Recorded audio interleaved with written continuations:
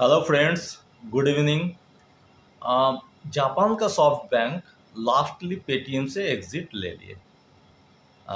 जुलाई quarter में जो report आया है, लास्ट क्वार्टर का रिपोर्ट के हिसाब से सॉफ्ट बैंक के पास जो 18.5% एक मेजर हिस्सा था पेटीएम का, तो 18.5% का जो होल्डिंग था उससे पूरा मतलब 100% एग्जिट ले लिया है। सॉफ्ट बैंक ने 2017 में आईपीओ से काफ़ी पहले पेटीएम में एंट्री लिए थे। 800 रुपीज़ पर शेयर के हिसाब से उनका एंट्री हुआ था। उसके बाद 2021 में पेटीएम का आईपीओ आया। बहुत हाइप क्रिएट हुआ था पेटीएम का आईपीओ को लेके। 2150 का आईपीओ प्राइस था। फिर लिस्टिंग हुआ। इतना हाइप क्रिएट होने के बाद जो लिस्टिंग हुआ और बिलो आईपीओ प्राइस 1955 रुपीज़ में लिस्टिंग हुआ। उसके बाद से पेटीएम ने कभी परफॉर्म किया नहीं, अपना इशू प्राइस के पास कभी पहुंच नहीं पाया। और उसके बाद लास्ट कुछ महीना पहले आप लोगों को पता है उसमें कंप्लायंस इशू आया था पेटीएम का पेमेंट बैंक को लेके। आरबीआई ने शुरू में कई बार वार्निंग भी दिया, लास्टली पेमेंट बैंक को बंद कर दिया और पेटीएम में एक मतलब ज़बरदस्त फॉल आया।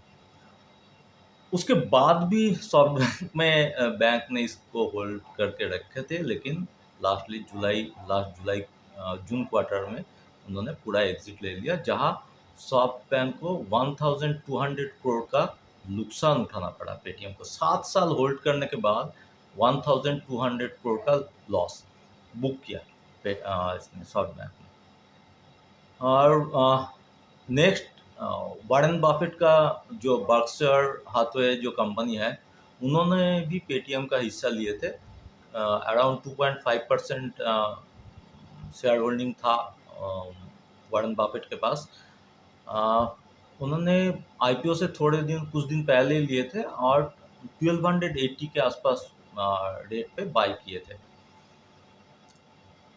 ये जो पेटीएम का जो गड़बड़ हुआ, पेमेंट बैंक को जो बंद कर दिया गया, उसके बाद वॉरेन बफेट ने भी जो 1280 रुपीज़ में बाई किए थे वो 877 रुपीज़ में अपना जो 2.5% का जो होल्डिंग था उससे टोटल एग्जिट ले लिए। और वॉरेन बफेट का भी इसमें 800 करोड़ का लॉस हुआ था। अच्छा, इस वीडियो बनाने का मकसद ये नहीं है जो सॉफ्ट बैंक जापान का सॉफ्ट बैंक इतना बड़ा वो एफआईआई उसका 1200 करोड़ का नुकसान हुआ, क्या वॉरेन बफेट जैसे दुनिया का सबसे बड़ा इन्वेस्टर और सबसे रिस्पेक्टेड इन्वेस्टर के हिसाब से माना जाता है, एक एग्जांपल दिया जाता है, उनका 800 करोड़ का नुकसान हुआ है, ये बोलने के लिए मैं ये वीडियो नहीं बना रहा हूँ। मैं एक एग्जांपल देना चाहता हूँ आप लोगों को।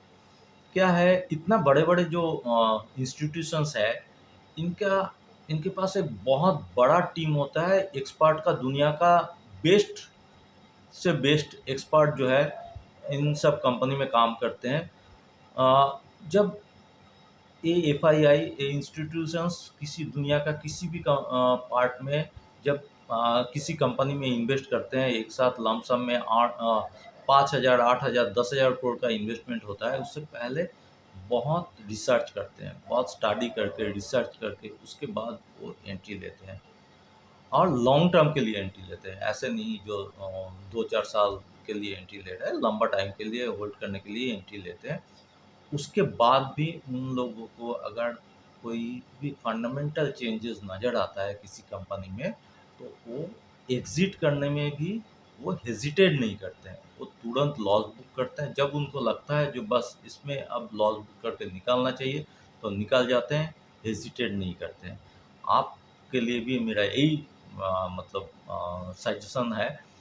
आप जैसे किसी स्टॉक को स्टडी करते हो, स्टडी करके उसको इन्वेस्टमेंट के लिए बाई करते हैं, स्टडी कीजिए, रिसर्च करके फिर एंट्री लीजिए, होल्ड कीजिए, लंबा टाइम के लिए होल्ड कीजिए। लेकिन अगर फंडामेंटल चेंजेस कुछ नज़र आता है, तो उसमें आप अगर लॉस में भी हो, तो उससे लॉस बुक करने में हेजिटेट मत कीजिए, एग्ज़िट कीजिए।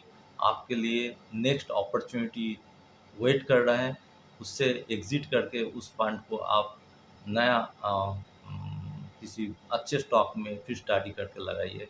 ऐसे होल्ड करके बैठे रहने में क्या होता है, कई बार वो स्टॉक ख़त्म हो जाता है, ज़ीरो हो जाता है, 2-4 रुपया में आ जाता है, कोई फ़ायदा नहीं होता है, पूरा पैसा, टाइम भी गया, पैसा भी गया, और थर्ड, आपका दूसरे इन्वेस्टमेंट का जो अपॉर्चुनिटी है वो भी मिस हो गया।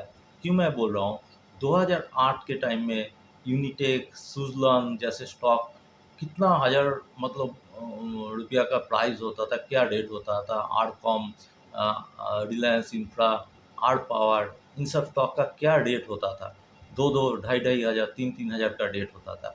उसके बाद फॉल आया, कितना साल हो गया, 2008 से लेकर 2022, 14 साल, 14 क्या 16 साल हो गया। अभी भी बहुत लोग ऐसे हैं जो शेयर को उसी रेट पे, भाव पे खरीदने के बाद भी होल्ड करके लेके बैठे हैं। वो अगर लॉस बुक करके निकाल जाते हैं और उस फंड को, उस पैसा को अच्छे शेयर में लगाते हैं, तो उनका जो भी लॉस होता ना, उससे कई गुना ज़्यादा उनको रिटर्न आज के डेट में आ जाता है। बस आज के लिए इतना ही। Thank you. जय हिंद। बाय।